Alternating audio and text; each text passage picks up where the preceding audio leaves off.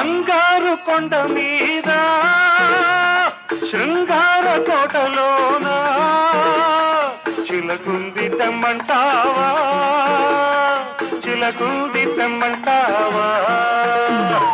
ఏడేడు వారాల నగలిస్తే రమ్మంట, హారాలకే అగ్రహారాలు రాసిస్తా. అందాల కని ఉంది నువ్వు చూసుకో,